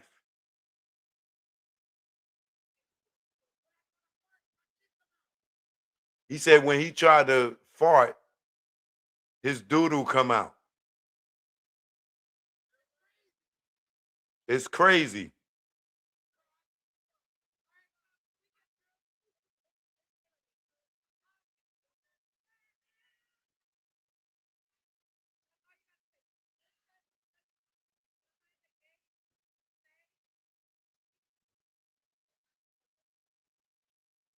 You know what I'm gonna do? I'm gonna post it on my stories right now.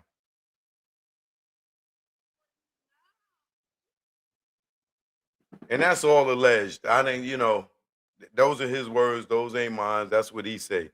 But he do have the agency. He do have the agency. So who knows? You know what I'm saying? But Suge did allege that he had allegedly been intimate with Diddy, and he denied it. But now he's saying that I guess it's true. I don't hear him saying pause. I don't hear him saying I'm just joking. Like he said, his bowel movement's been runny ever since he blew his back out, which is crazy, but I don't know. Ray J is the head troll of the internet right now. So who's to say? You know, I don't know, man. But it's a weird time out here, and people are saying and doing anything to garnish attention, to stay relevant in a space where you don't need to be relevant with negativity because there's so much positivity going on in the world.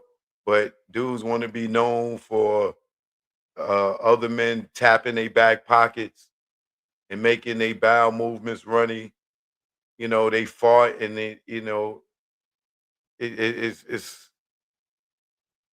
it's just not a good thought. But to each his own, man. But I told y'all about this industry.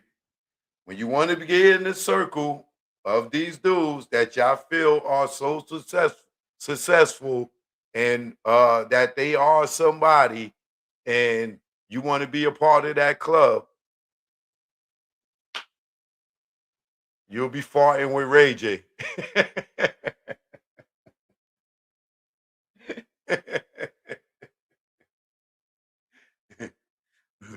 I tell you, Ray J, that nigga go to the bathroom.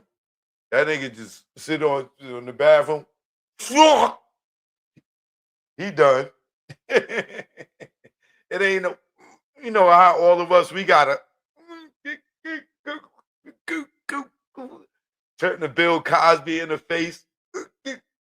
Jello pudding, get the Jello pudding. That nigga just sit down and flop, flop, flop, flop, flop, flop, flop, sploosh, and get up.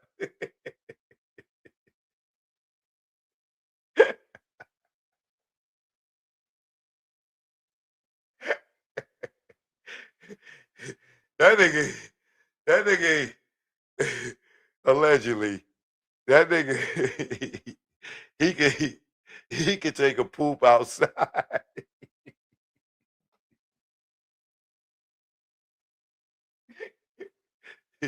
You know, for the rest of us, we get the bubble guts. We gotta go into a restaurant. We gotta go dip into a hotel or something. That because we gotta sit there. We gotta work it out. That nigga raging. that nigga, that nigga just have a skirt on.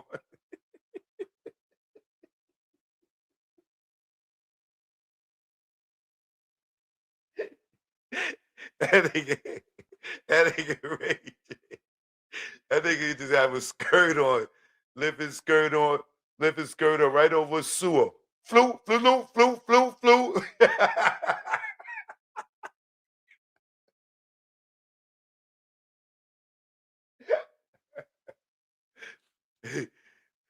That nigga, he ain't got to worry about nothing. That nigga, he ain't even got to make. He don't even make a face when he go to the bathroom. That nigga just go.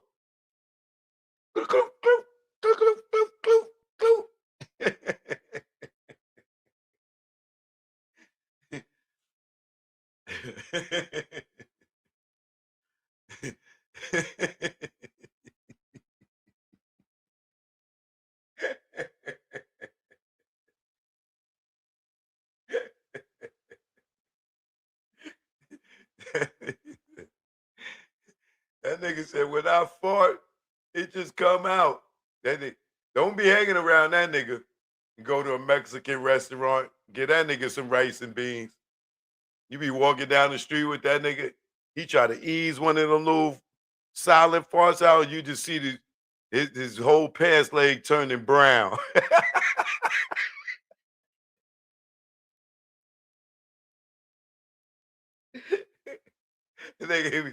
Nigga, you be walking with this nigga, that nigga fart, a whole log just come out, floop, and you just see a log just come right out of his pants leg.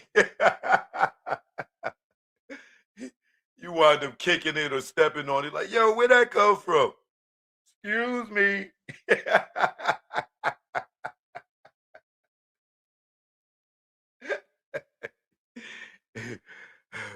Oh my God. All right, let me chill.